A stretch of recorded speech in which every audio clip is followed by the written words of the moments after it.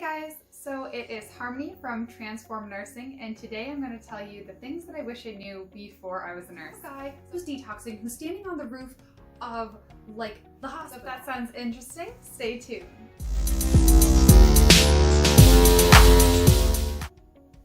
So guys, there are a lot of things that I wish someone told me before I was a nurse, but a couple of them come to mind a little more than others. One of the biggest things is that everybody comes out of the woodwork and they will try and ask you medical questions. So I was getting Facebook messages from people that I hadn't talked to since high school about really random stuff, like, I don't know, like, my mom has a rash on her foot, here's a picture, what is it? And I'm like, I go to the ER? Because I don't want to give medical advice. And then like, it snowballed from there.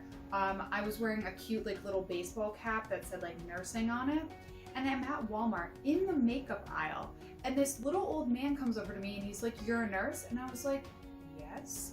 He's like, "Oh, I have this rash on my back. Do you have any idea what it is?" I'm like, "Dude, we are in the middle of an aisle at Walmart." Like, I don't even know. And like, clearly the man had no business being in the aisle because it was a makeup aisle and he was like 80 years old. I think he just saw the word nurse and like made a beeline for me. I don't know. But like, seriously, everybody. And like, when you go to your family reunions or you go to your gatherings for like, you know, the holidays, at least the holidays you have off, they're all gonna be like, "Oh, you know, it's great, you're a nurse. Oh, you know what? So-and-so has such and such going on with them. You should come take a look at it." So it's like unescapable. So definitely that's one thing I wish somebody had kind of given me a heads up on. Another thing is, and I kind of just touched on it, was you have to work every other holiday. Now on a positive side, not a lot of things are considered holidays. So like Easter isn't considered a holiday. You know, New Year's Eve isn't considered a holiday. Christmas Eve isn't considered a holiday. Valentine's Day, you know, Halloween, those are not considered holidays. So that is actually a good thing. So in some respects, like, you don't actually have to work every other one of those because technically they're not holidays. So you can usually get those off. The things that count as holidays in the summer are Labor Day, Memorial Day, and 4th of July. And then in winter is let's see, Thanksgiving, New Year's Day, Christmas Day. So those are the every other holidays that you have to work. And it does kind of stink. So a lot of times they'll alternate. So if this year you're working Thanksgiving and New Year's, you'd be like Thanksgiving, New Year's, 4th of July. And then the next year you'd be Labor Day, Memorial Day, and Christmas. They try and give you the better summer holiday with the one year and then the better winter holiday with the other year. But it does suck because, like, for me, I really could care less about New Year's Day, but Christmas Day and Christmas Eve are really big to me. So I always have to like finagle my way into switching for them.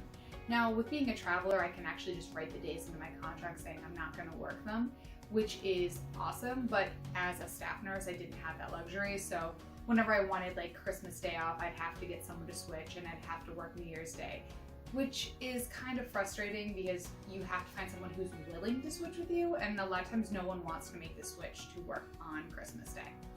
But that being said, that kind of does suck, the whole every other holiday thing. And like, you do see it when you apply places and when you're in nursing school, but you definitely, I don't think, realize it as much. Like when I was working like on Memorial Day, like my entire family was together, they're all at this picnic, my mom was sending me pictures the whole day, and I'm like, I'm literally in this like fluorescent box with like really mean, like angry patients because they don't want to be there because it's Memorial Day, and they were just like extra bitter. And my mom's like sending me all these pictures of like cut up watermelon and like barbecue, and I'm just like,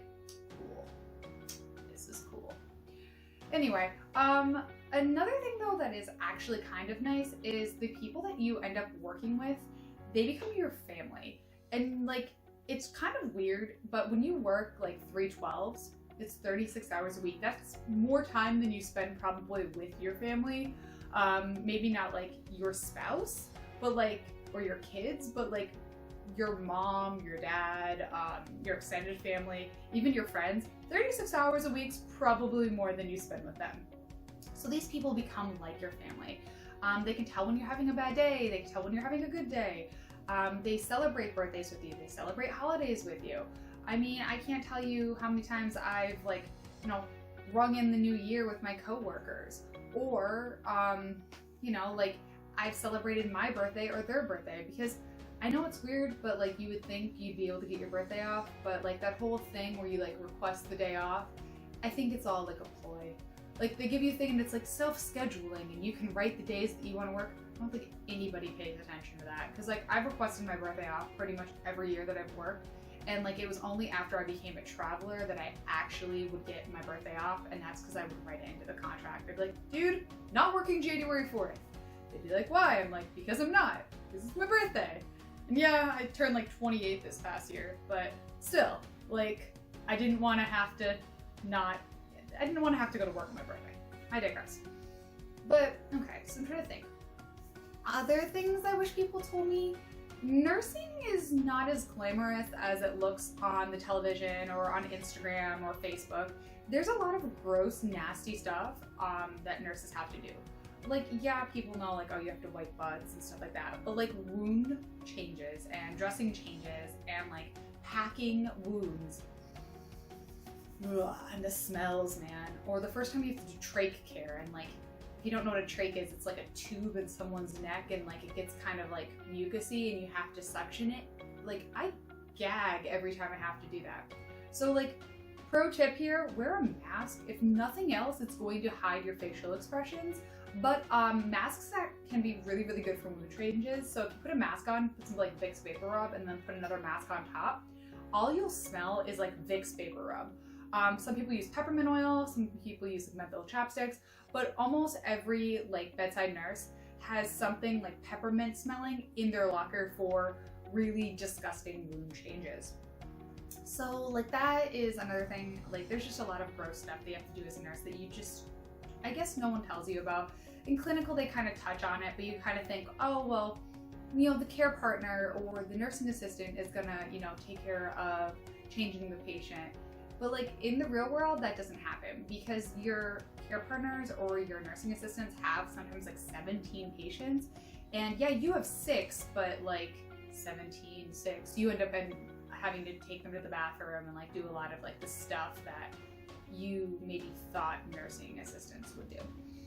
Okay, another thing, pay. So I guess for me, I had a pretty good idea of what nurses made because my mom was a nurse, but like she also was like a nurse with like 20 plus years experience, and she had like advanced degrees, like a master's and stuff. So like I kind of thought I was gonna make more than I did. So when I graduated, I started at $25 an hour with no differentials. That was actually 3 to 11. With my differential, I think I made like $26.50 or something like that. So not really great pay. I mean, it sounds really good, but when you think about all of the student loans you have to pay back and just like what you have to do, you're gonna feel underpaid. I mean, there are doctors, like the hospitalists walking around, and there are, like respiratory therapists and physical therapists, and like physical therapists make like 80 grand a year, and hospitalists make like 180,000 a year, and like respiratory therapists, I think they make like about what we make, like 25, but like their job, not to knock them, but I feel like it's slightly easier than nursing. I don't know, but they make about the same. So now I have 3 years experience. I recently tried to find out what I'd make as a staff nurse. Now they're offering me like 30 an hour, which is better than 25 an hour, but still not great. As a traveler, I make a lot more than that. So if you're interested to find out about that, definitely check out my video about travel nursing and like travel nurse pay. But I'm trying to think anything else that I wish I knew. There's like so many things. Those are just some of the things that really just like blare out to me. Another thing I guess that I wish someone had kind of talked to me about is patience, how they can get.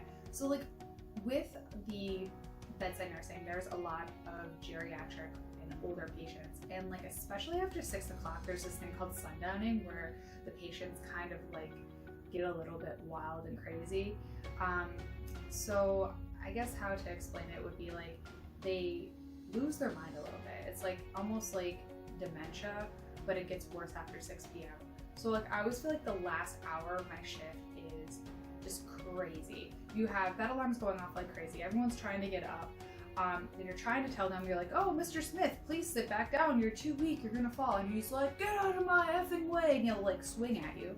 And you're like, you can't get mad at the guy. He's like 95 years old. I mean, even if he punched you, probably wouldn't hurt that bad. But still, I mean, you can't punch him back because he doesn't know what he's doing. I mean, granted, there are the ones that totally know what they're doing, like, especially if you have patients that are going through detox, they're gonna be younger, usually, and they know what they're doing, and they can also be extremely violent. I had a patient right when I got out of nursing school that was probably one of the scariest patients I've ever had. He was a young guy, like probably about like 20, 30, like in that age group, and he was detoxing from, I don't even know what it was, like spice or marijuana or heroin or alcohol, something. He was detoxing. So he ended up on the cardiac floor because he was tachycardic, his heart rate was really fast. And dude would just pace, like in his room. And the pacing would like kind of like scare me because like how he just always would pace. And then like the one, he tried to like get out of the nursing area, so like he was pacing, and then he like started sprinting down the hall, and we're like, dude, where are you going? And he goes down the stairs, and we're like, holy crap, the dude's breaking free. So we're calling over the head that we have like a patient that's like trying to escape, probably trying to get to whatever he was detoxing from, and we follow him, and then he ends up on the roof. And you're like, went down the stairs. Yeah, he went down the stairs and then on the roof of like one of the buildings. And we're like, how the heck is the door unlocked? Well, they had been doing construction and the construction workers hadn't locked the door. So now the guy who's detoxing was standing on the roof of like the hospital. And then he's standing at the edge and he's like, I'm gonna jump. And we're like, wait, what? He's like, I'm gonna jump. And I'm like, oh my God. Like, so we've got security now, like everyone's there. We got the behavioral health people. So we're trying to talk him down, like not from jumping. He's spinning at like everyone, and he's trying to like throw punches and kick. So what happened was one of the behavioral health techs like ran at the kid, like took him down to the ground, and there's like a special way of like tackling people in like a safe way. And then like he basically like hog-tied him, like arms behind the back, legs behind the back, and kind of like kept him from like, I don't know, jumping off. And then they ended up having to like take him back. We got him like medically stable and detoxed, and then they had to take him to the behavioral health unit because he was like suicidal, which I don't know if he actually was. I think he just wanted to like leave the hospital. But like, dude was crazy, and like he was young and he was pretty fit. Like if he actually made contact with me or any of the other nurses, like he would have caused damage. So like, again, I just wish somebody had kind of been a little bit more transparent with me about that. So all in all, I guess that's pretty much everything that I wish I knew knew before I became a nurse. But if there's anything that you wish you knew before you became a nurse, or just anything that you think you'd like to hear more about, please let me know. And thanks so much for watching. Make sure to give this video a thumbs up if you enjoyed it, subscribe to Transform Nursing, and keep transforming yourself every day. Bye!